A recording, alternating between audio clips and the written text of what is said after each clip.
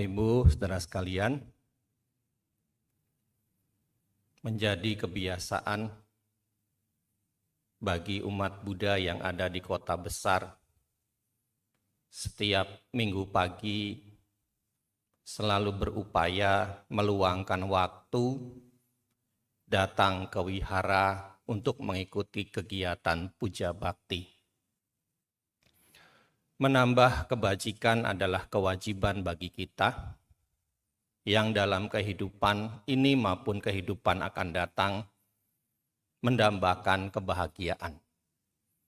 Karena dalam Dhamma dijelaskan bahwa kebahagiaan itu bukan datang dari meminta ataupun memohon, tetapi kebahagiaan itu datang dari perbuatan baik yang kita lakukan. Karenanya setelah kita berbuat baik, hendaknya kita selalu mengulang kembali kebaikan itu. Tetapi secara Dhamma, berbuat baik juga tidak hanya ditujukan untuk mendapatkan kebahagiaan. Tapi bagaimana berbuat baik itu juga menjadi latihan untuk meningkatkan keyakinan dan kebijaksanaan kita. Maka dari itu, arahkanlah pada tujuan-tujuan yang luhur setiap kali kita melakukan perbuatan baik.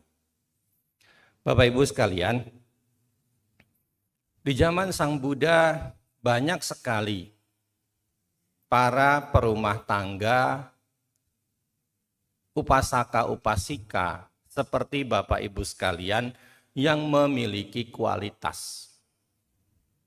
Dan sangat berkualitasnya mereka, maka di dalam Etadagawaga, Kitab Suci Anggutara Nikaya kelompok 1, sampai mereka dicantumkan sebagai upasaka-upasika yang memiliki atau mendapatkan anugerah dari Sang Buddha dan memiliki sebutan yang istimewa. 80 murid utama, 60 adalah biku dan bikuni, 10 upasaka dan 10 upasika. Coba hitung, sana berapa? 40 enggak?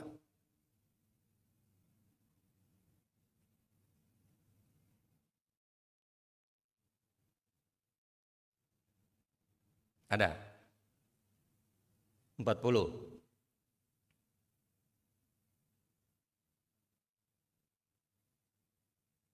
Ada nggak 40? Nah, 39 berarti ini ada 2 kan di sini? Ya kan? Itu 39 juga berarti 80 murid utama. Udah berapa lama di sini baru ngeh? Emang nggak pernah diceritain sama Bante yang suka ceramah di sini? Aduh, ampun, kudu saya yang dari jauh yang nyeritain. Ya, jadi ada 80 murid utama. Nah, 10 upasaka, 10 upasika dicantumkan sebagai murid utama yang punya kualitas, yang punya keistimewaan. Ya, yang populer di kelompok upasaka ada Anatapindika sebagai dayaka utama.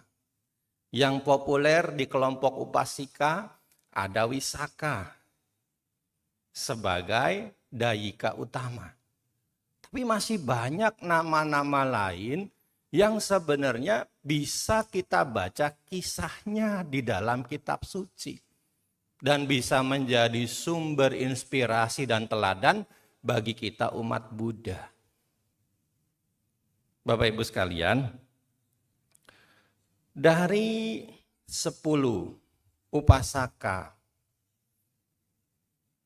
1 sudah populer, Anatapindika. Ada 2 nama Uga di sana. Ada 2 nama uga.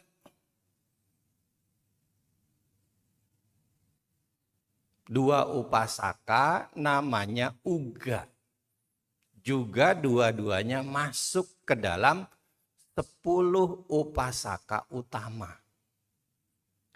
Yang satu adalah uga dari Wesali.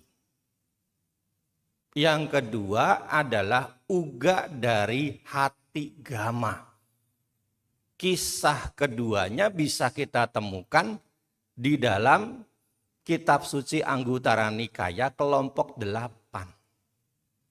Dan dua-duanya dinyatakan oleh Sang Buddha sebagai upasaka yang sudah mencapai tingkat kesucian ketiga. Sebagai upasaka yang sudah mencapai anagami. Apa yang menonjol dari mereka berdua, Bapak Ibu sekalian? Di sini disebutkan eta dagang bikawe mama sawakanang upasakanang mama padayakanang yadidang uga gahapati wesaliko. Para biku, murid perumah tanggaku, upasaka, yang unggul dalam memberi apa yang menyenangkan adalah uga dari Wesali. Jadi uga yang dari Wesali ini kalau dana ya yang layak-layak gitulah. Yang punya kualitas yang istimewa. Makanya karena sering berdana yang berkualitas, Sang Buddha memberikan julukan sebagai umat upasaka yang suka berdana apa yang menyenangkan. Nah, uga yang satu lagi dari Hatigama. Di sini disebutkan eta dagang bikawe mama sawakanang upasakanang sanggu patakanang yadidang Hatigama ko uga to gahapati. Para biku murid upasakaku ya yang unggul dalam pelayanan kepada sangga adalah perumah tangga uga dari Hatigama. Ya, jadi sekali lagi kisah keduanya bisa kita temukan di Kitab Suci Anggutara Nikaya kelompok 8. Ya, ada Patama Uga Sutta, ada Duttiya Uga Sutta. Pagi ini saya akan menyampaikan Duttiya Uga Sutta. Kisah uga dari Hatigama.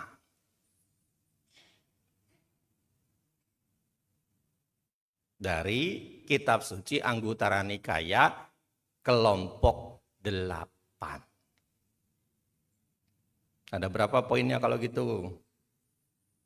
Ada berapa poin? Dari Kitab Suci Anggutara Nikaya kelompok 8 berarti poin damanya ada berapa? 8. Ya, ada 8 poin dhamma. Semoga waktunya cukup.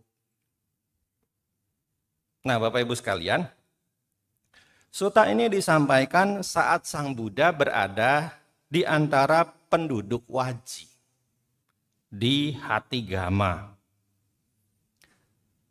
Sebenarnya begini, baik itu uga dari Wesali maupun uga dari Hatigama,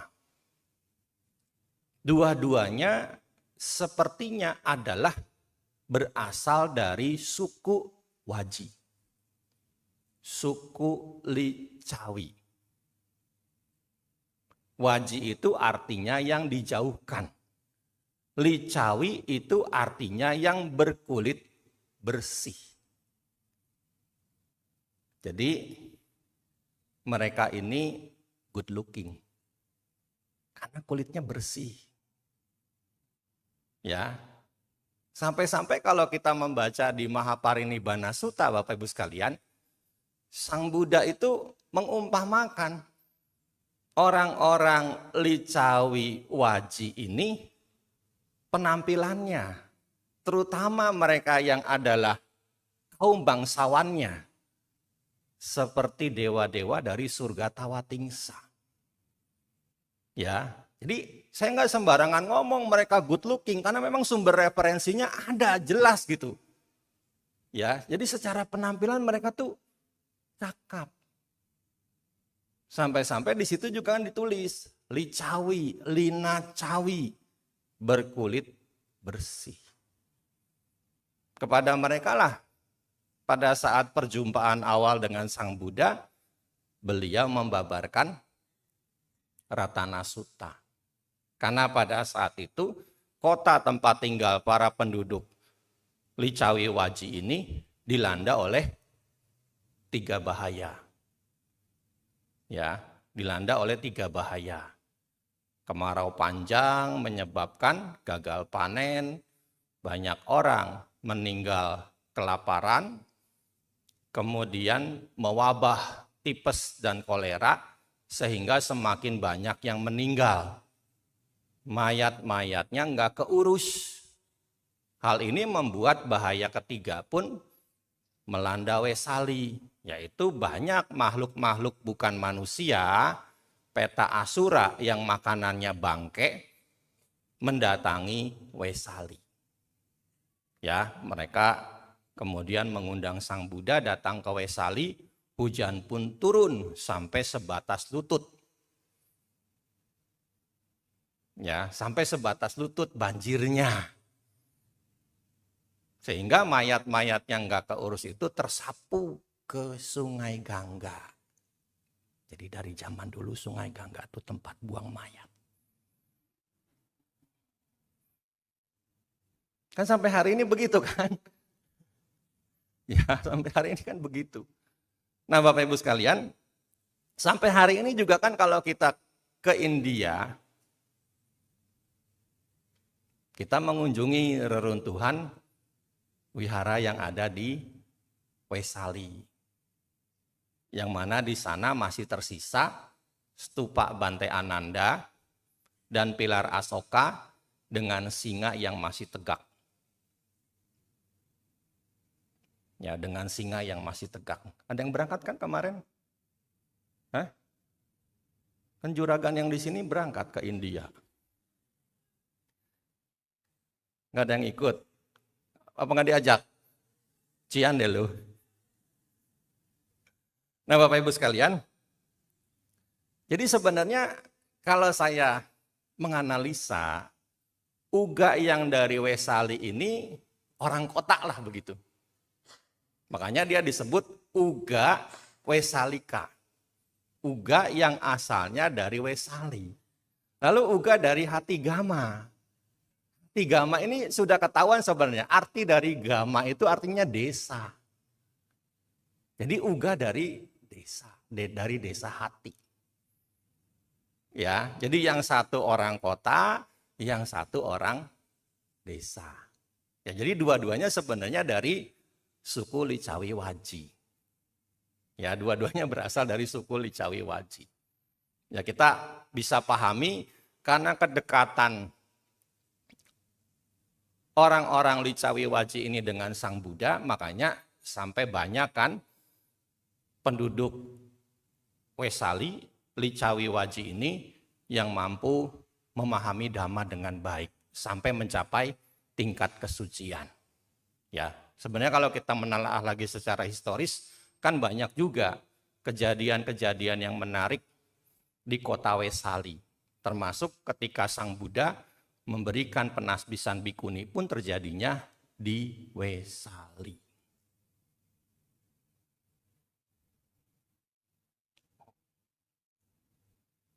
Bapak Ibu sekalian,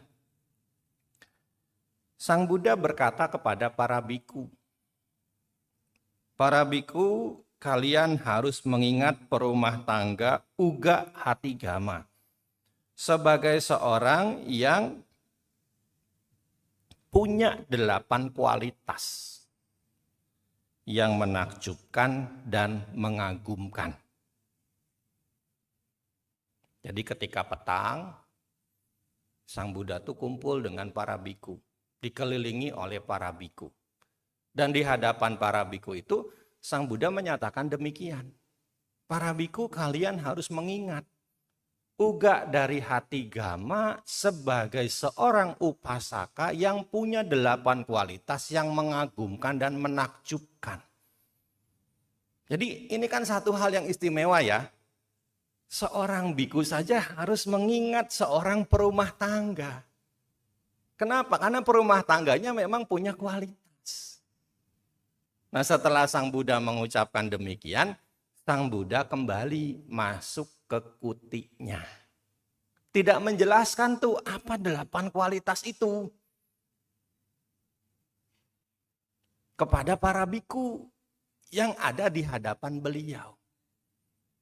Jadi usai ngomong begitu, Sang Buddha kembali ke kuti. Nah, ketika malam telah berlalu,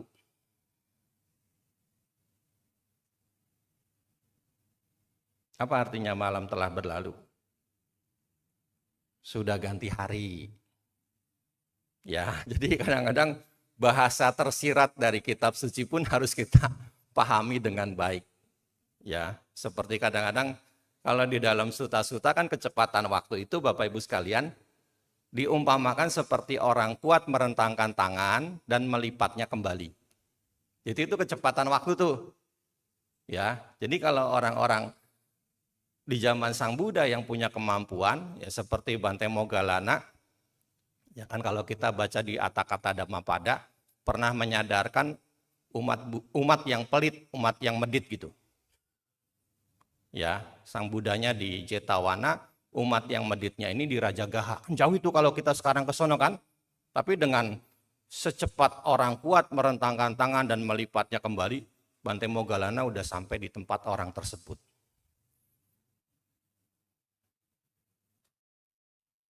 Bisa dipahami? Ya, jadi langsung sampai tuh dengan kesaktiannya. Ya.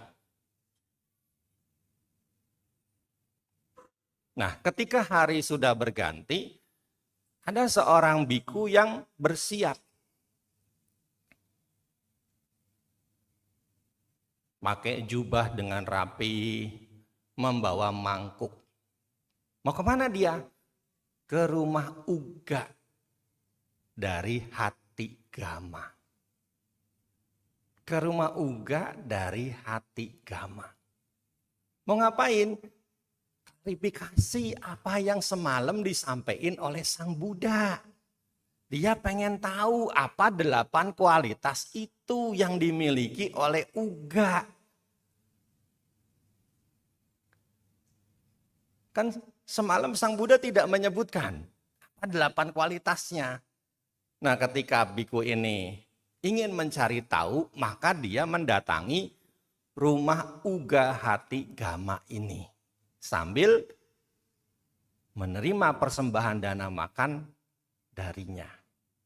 Nah, Bapak Ibu sekalian,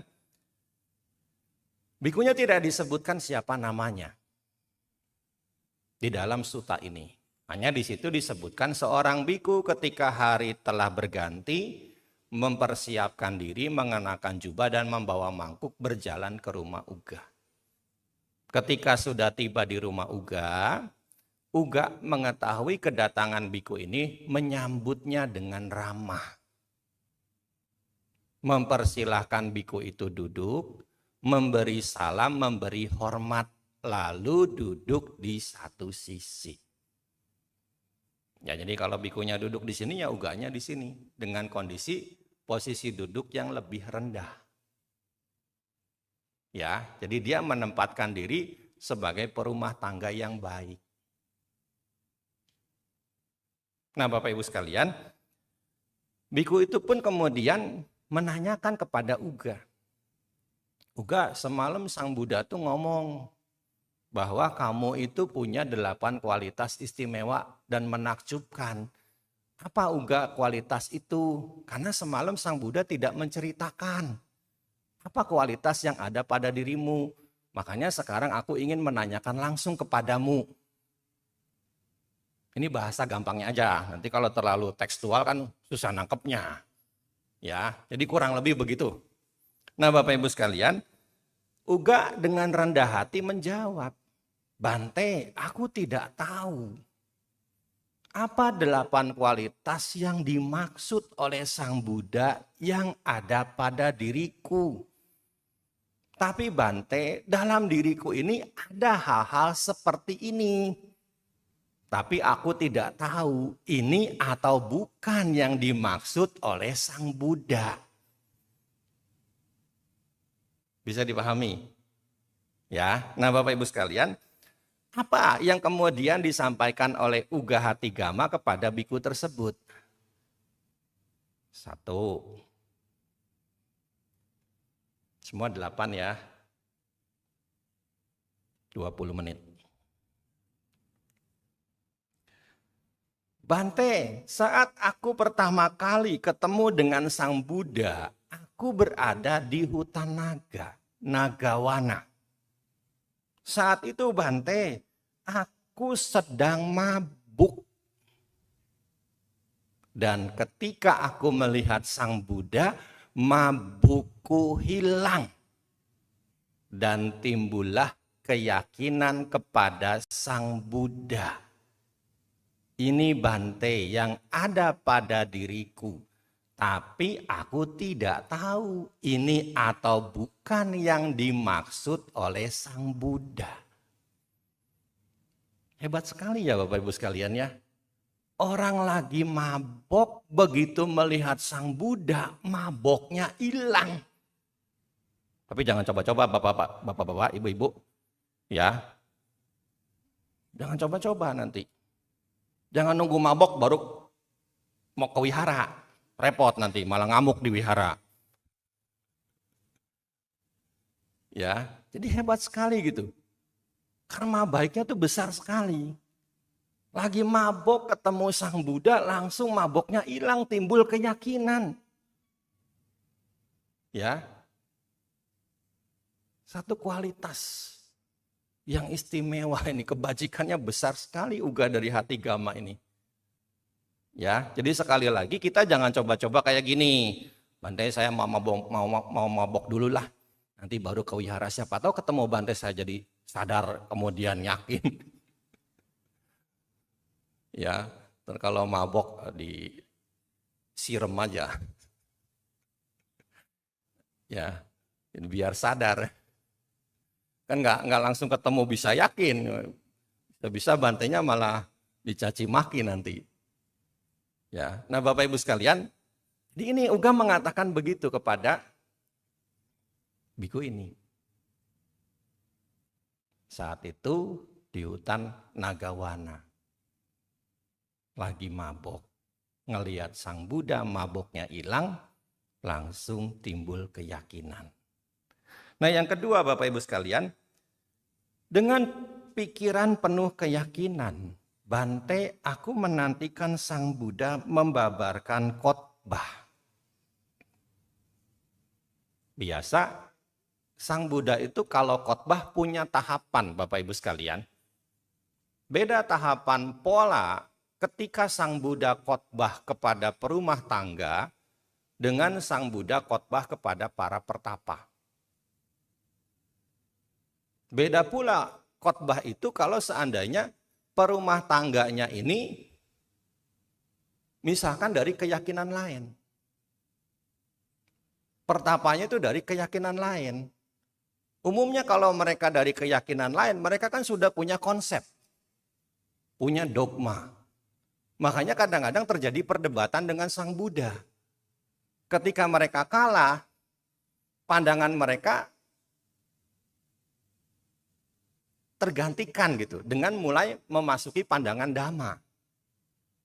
Kalau itu perumah tangga, maka Sang Buddha memulai secara bertahap.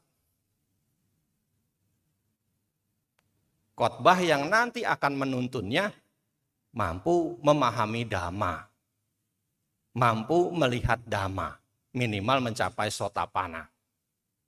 Ya, jadi mulai dari Anupubikata, khotbah bertingkat tentang dana, sila, nekama, saga, ya,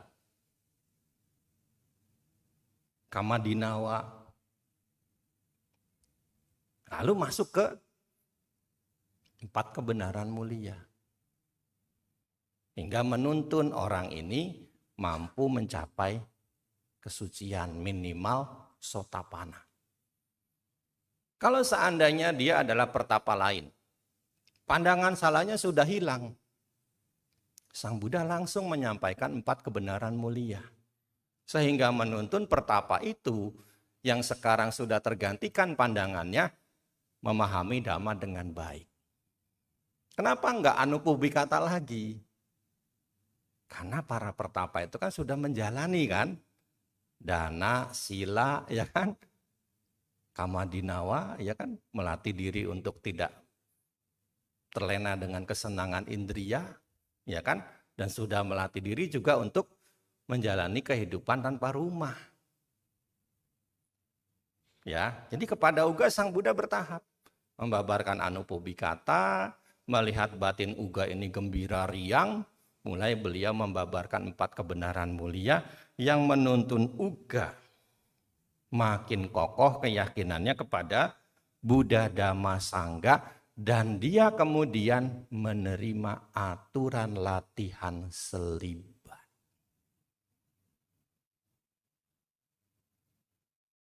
Kan dari sini kita sudah tahu, di poin kedua ini sudah disebutkan, dia menerima aturan latihan selibat.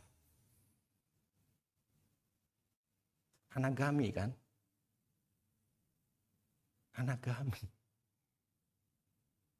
Ini Bante yang ada pada diriku, tapi aku tidak tahu ini atau bukan yang dimaksud oleh Sang Buddha. Ini yang kedua. Nah, yang ketiga lebih jelas lagi Bapak Ibu sekalian. Tapi ini jangan ditiru Bapak-bapak. Bante, aku punya 4 istri yang masih muda. Saya sudah warning dari awal ya, jangan ditiru.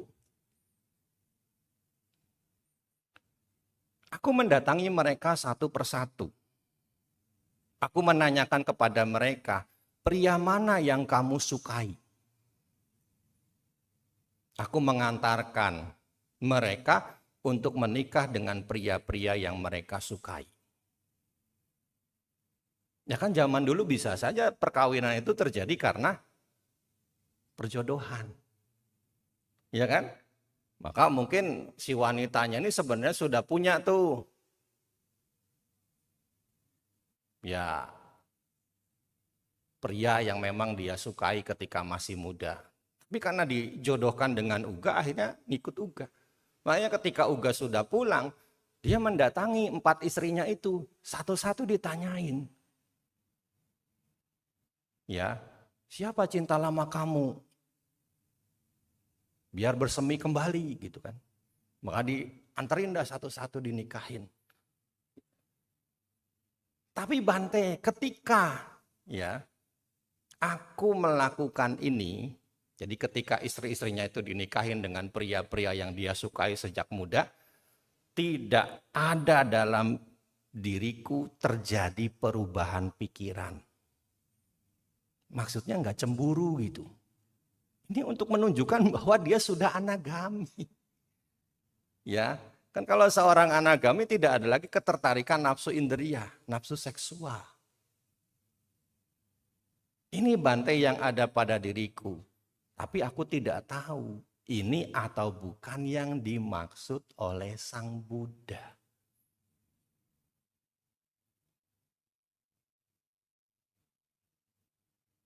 Bisa dipahami? Ya, jadi ini yang ketiga. Benar-benar menjelaskan pencapaian tingkat kesucian Uga Hati Gama. Yang keempat, Bapak Ibu sekalian, Bante, keluargaku kaya. Kekayaan itu aku bagikan secara tanpa syarat kepada orang-orang yang bermoral dan berkarakter baik.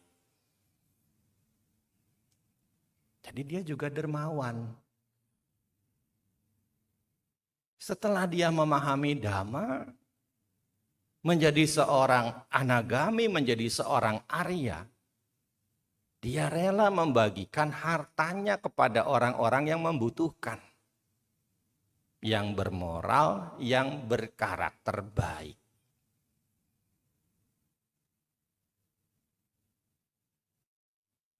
Ya, jadi misalkan ada orang pengen usaha, nggak punya modal, dan jelas-jelas orang ini punya tanggung jawab keluarga.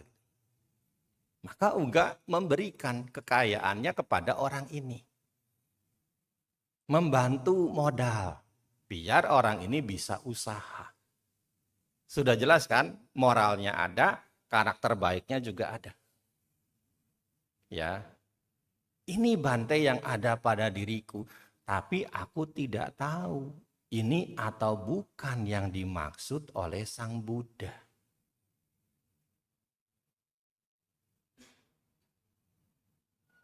Yang kelima, Bapak Ibu sekalian, Bante, kapanpun aku melayani seorang biku, aku melayaninya dengan hormat, bukan dengan hormat. Jika biku itu mengajar dhamma, aku akan mendengarkannya dengan hormat. Jika tidak mengajar dhamma, maka aku akan mengajar dhamma kepadanya. Ya, jadi terlepas dari biku itu sudah mencapai kesucian atau belum, ketika Uga mendapatkan bimbingan dhamma dari biku tersebut, dia akan mendengarnya dengan hormat, bukan dengan tidak hormat. Ini contoh nyata Bapak Ibu sekalian, dari kitab suci bisa kita baca seorang upasaka yang sudah mencapai kesucian anagami, ketika dia mendengarkan khotbah dhamma dari seorang biku saja, dia masih mendengarkan dhamma dengan hormat. Makanya kenapa kan sudah diwanti-wanti sebelum ceramah, jangan ngobrol, handphonenya di silent. Ada yang sudah mencapai kesucian? Ya, simaklah baik-baik siapapun yang menyampaikan dhamma. Karena dengan cara demikian kita menghormati dhamma. Ya kan? Kalau ngobrol mah sebenarnya bisa. Semua orang bisa ngobrol. Tapi kan belum tentu semua orang itu bisa berbicara di depan banyak orang. Apalagi dengan pola, ya. Dengan pola yang sistematis. Kan belum tentu semua bisa.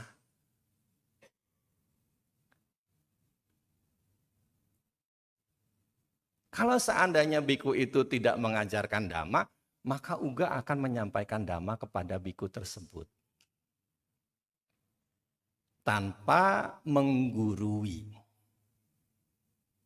Ini Bante yang ada pada diriku, tapi aku tidak tahu ini atau bukan yang dimaksud oleh Sang Buddha. Ya, ini yang kelima. Nah, yang keenam ini dan yang ketujuh ini menarik juga.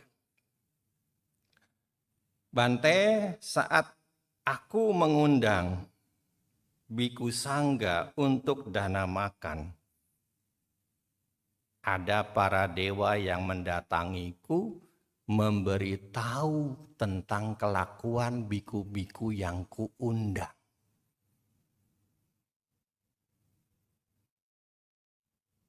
Oh, biku itu begini Uga, oh biku itu begitu Uga, yang ini baik, yang ini tidak baik.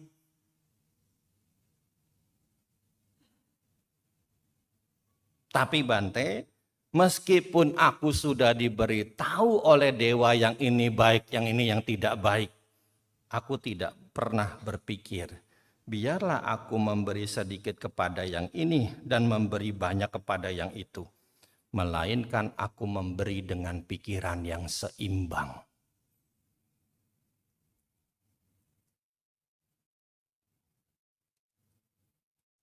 Ayo, kemarin siapa yang nyari target ketika dana katina?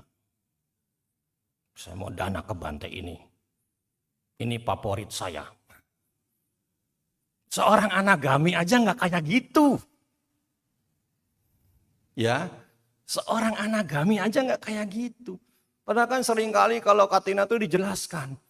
Kami biku yang hadir mewakili sangga. Bapak Ibu berdana kepada siapapun semua sama. Angger we begitu maju mah nyari yang disenengin. kupingnya nggak dibuka. Fenomena nyata ya. Fenomena nyata kan itu ya. Saya bukan nyindir loh. Saya cuma menyampaikan apa yang real terjadi di tengah masyarakat Buddhis. Ya, seorang anagami aja nggak begini. Bahkan dia dikasih tahu dewa. Ya kan? Kita umat Buddha di zaman sekarang kemana-mana nyari dewa. Ini didatengin dewa sampai dikasih tahu. Dan meskipun dia dikasih tahu, masa bodoh emang gua pikirin. Yang ini baik Uga, yang ini nggak baik. Aku memberi Bante dengan pikiran seimbang. Ini kan kualitas ya kan? Kualitas seorang murid Sang Buddha yang sudah mencapai kesucian. Tidak terpengaruh oleh omongan, bahkan ketika dewa memberitahu dia pun dia tidak terpengaruh. Dia tetap memberi tanpa pilih-pilih, dia tetap memberi, enggak yang ini banyak, yang itu sedikit, dia tetap memberi dengan pikiran yang seimbang. Jelas Bapak Ibu sekalian? Masih mau dana pilih-pilih? Sudah anagami? Ya, ini Bante kualitas yang ada apa? Ini Bante yang ada pada diriku, tapi aku tidak tahu ini atau bukan yang dimaksud oleh Sang Buddha. Ya, ini yang keenam. Nah, yang ketujuh, Bante, bukanlah tidak biasa bagi para dewa mendatangiku dan memberitahu kepadaku. Perumah tangga Dhamma telah dibabarkan dengan sempurna sebagaimana tercantum dalam Dhammanusati. Bante, terlepas dewa itu datang memberitahu atau tidak kepadaku tentang Dhamma, aku sudah tahu. Dhamma telah sempurna dibabarkan. Jadi benar-benar keyakinannya itu kuat banget. Nggak perlu diinfoin, dia sudah mantep gitu. Ya seorang anagami, ya kan? Seorang sotapana aja udah nggak mudah goyah, apalagi seorang anagami yang sudah pasti mencapai tingkat kesucian tertinggi kan, nggak lahir kembali kan, pasti sudah sangat kokoh kuat, dikasih tahu nggak dikasih tahu, sudah mantep, tidak akan pernah goyah. Ini Bante hal yang ada pada diriku, tapi aku tidak tahu ini atau bukan yang dimaksud oleh Sang Buddha. Yang kedelapan terakhir, Bante, jika aku meninggal dunia sebelum Sang Buddha, tidaklah heran jika Sang Buddha akan menyatakan tentang diriku. Tidak ada belenggu yang mengikat yang karenanya perumah tangga Uga Hati Gama dapat kembali ke alam ini. Seorang anagami setelah meninggal kan tidak lahir kembali. Akan langsung tidak lahir kembali ke dunia ini, akan langsung lahir kembali di alam Sudawasa. Alam khusus bagi para anagami. Di sanalah para anagami akan mencapai tingkat kesucian tertinggi, arahat. Ya, jadi di sini Uga menyatakan demikian. Kalau seandainya aku meninggal dunia lebih dulu dari Sang Buddha, jangan heran kalau Sang Buddha mengatakan tentang diriku bahwa aku tidak akan lahir kembali. Ini Bante yang ada pada diriku. Tapi aku tidak tahu ini atau bukan yang dimaksud oleh Sang Buddha. Pas 20 menit. Tinggal penutupnya. Nah Bapak Ibu sekalian, setelah Uga menyampaikan itu, ya menjawab pertanyaan dari biku yang mendatanginya itu, Uga pun kemudian pamit kepada biku itu. Sebentar Bante, saya tengok dulu ke dapur, makanannya sudah siap atau belum. Ya, jadi sambil nungguin tuh ada dialog gitulah, ngomong-ngomong tentang Dhamma. Setelah makanan siap, Uga pun memberikan persembahan dana makan kepada biku itu. Setelah cukup menerima dana makan dari Uga, biku itu pun kemudian menyampaikan anumodana, memberikan pemberkahan kepada Uga. Lalu kembali ke wihara.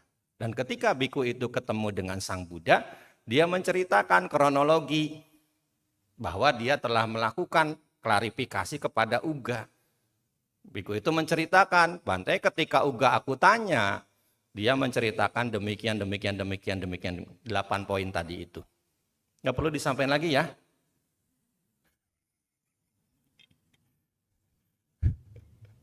Ya. Kemudian apa respon Sang Buddha? Memang demikianlah. Itulah 8 kualitas yang ada pada seorang uga dari hati Gama.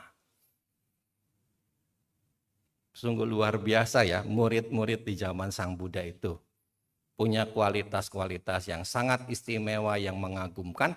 Sampai-sampai Sang Buddha saja menyatakan kepada para biku, murid ini harus diingat. Kenapa? Karena kualitas kebajikan dan kesuciannya, bukan karena kualitas kantongnya. Ya, paham ya? Makanya di dalam Dhammapada disebutkan yata sangkara danasming uji tasming mahapate padumang tata jayeta suci gandang manoramang ewang sangkara butesu anda bute putujane ati rocati panyawa sama sambuddha sawako. Seperti terata yang tumbuh di antara tumpukan sampah yang dibuang di tepi jalan, indah dan harum serta menimbulkan perasaan senang. Demikian pula siswa Sang Buddha bersinar karena kebijaksanaannya di antara manusia yang hidup tertutup oleh kegelapan. Ini ada di Dhammapada 5859. Ya, ini Bapak Ibu sekalian, apa yang bisa saya sampaikan pada pagi ini. Semoga menambah wawasan, keyakinan, inspirasi dan motivasi bagi kita semua untuk terus belajar dan melaksanakan Dhamma. Semoga kita semua selalu berlindung pada Buddha Dhamma Sangha hingga tercapai padamnya duka. Sabe sata bhavantu kita atas, semoga semua makhluk hidup berbahagia.